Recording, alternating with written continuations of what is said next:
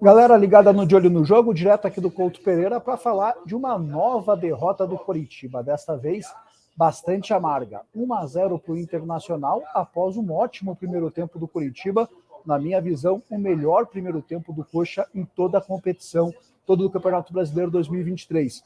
Por que mesmo assim o Coritiba não saiu vitorioso? Quem mandou bem? Quem mandou mal? Como foi Robson na ala direita? Tudo isso a partir de agora aqui no De Olho no Jogo.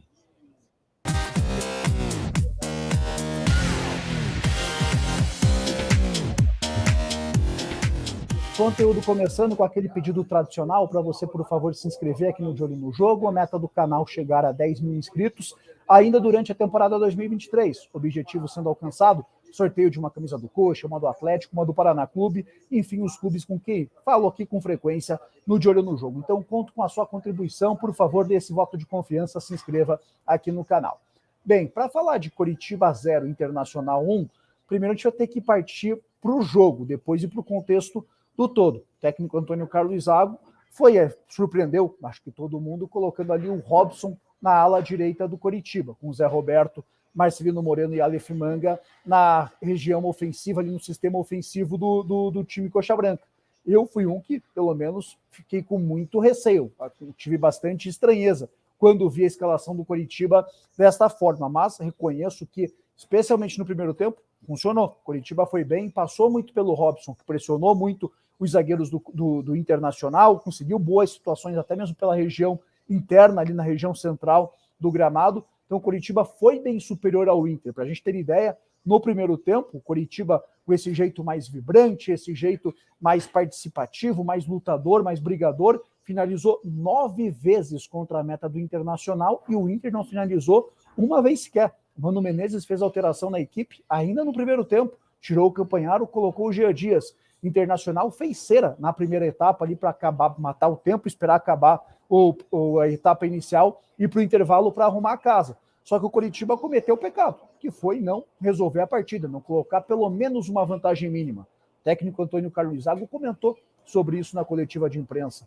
Em outras palavras, disse que não existe o passeio do 0-0. Você, quando está melhor, tem que colocar a vantagem no placar. Coritiba não conseguiu, parou no goleiro John na chance mais clara com o Aleph Manga, defesaça do goleiro do Internacional, Bruno Gomes teve 2 oportunidades, Robson criou uma situação pelo lado direito, enfim, Coritiba foi bem superior, mas não conseguiu transformar isso no placar. Foi um primeiro tempo interessante que, sim, na minha visão, gera perspectiva. Os alas mais adiantados, fez sentido Jamerson e Robson, jogadores ali que empurravam a linha defensiva do Internacional para trás, Marcelino Moreno muito participativo, criando boas situações de gol, e o Zé Roberto brigando muito, Manga um pouco mais apagado em relação a esses atletas, mas foi quem teve a chance mais clara, foi quem teve a melhor oportunidade de abrir o placar para o Coritiba.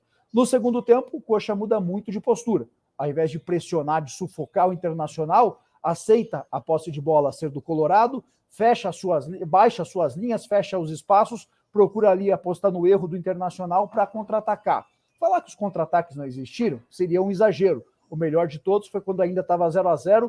Andrei, ao invés de cruzar para trás, cruza para dentro da grande área, o Internacional afasta. Só que, apesar dessa jogada perigosa, apesar de uma ótima jogada envolvendo Aleph Manga, Marcelino Moreno e Robson, que o Robson fica cara a cara com o goleiro John, que faz uma defesaça, Robson não tirou um 10 no jogo por conta desse gol perdido, é um típico lance que não dá para desperdiçar a oportunidade. Apesar dessas 2 jogadas bastante perigosas da equipe do Coritiba, não estava sendo um bom segundo tempo do Coxa. O Inter ficava muito com a bola, conseguia ir se soltando, não estava mais desconfortável, foi ganhando confiança e percebeu um pequeno desajuste entre as costas do Robson e o Jean Pedroso, a posição do Jean Pedroso, para começar a explorar, para tentar levar perigo. E foi justamente com o Pedro Henrique nesse espaço que o Inter ia tentando encontrar seus caminhos, seus contra-ataques, suas jogadas ofensivas. E num erro ali, uma posição um pouco diferente já do Pedro Henrique, mas em cima do Jean Pedroso, o prata da casa do Coritiba se precipita, comete um carrinho besta,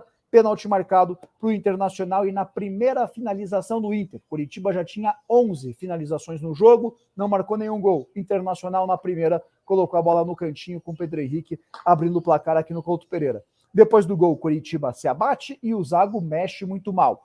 perdendo o jogo por 1-0, sentido nenhum. Manter 3 zagueiros, colocando Bruno Viana, sentido nenhum. Colocar Matheus Bianchi, sentido nenhum. Bosquilha pelo lado esquerdo. O Coritiba se perde no jogo, não teve forças para reagir. Ainda assim, teve uma oportunidade com o Kusevich de cabeça após um escanteio do Aleph Manga. Então, ótimo primeiro tempo do Coritiba, segundo tempo já ruim, acabou derrotado por 1-0.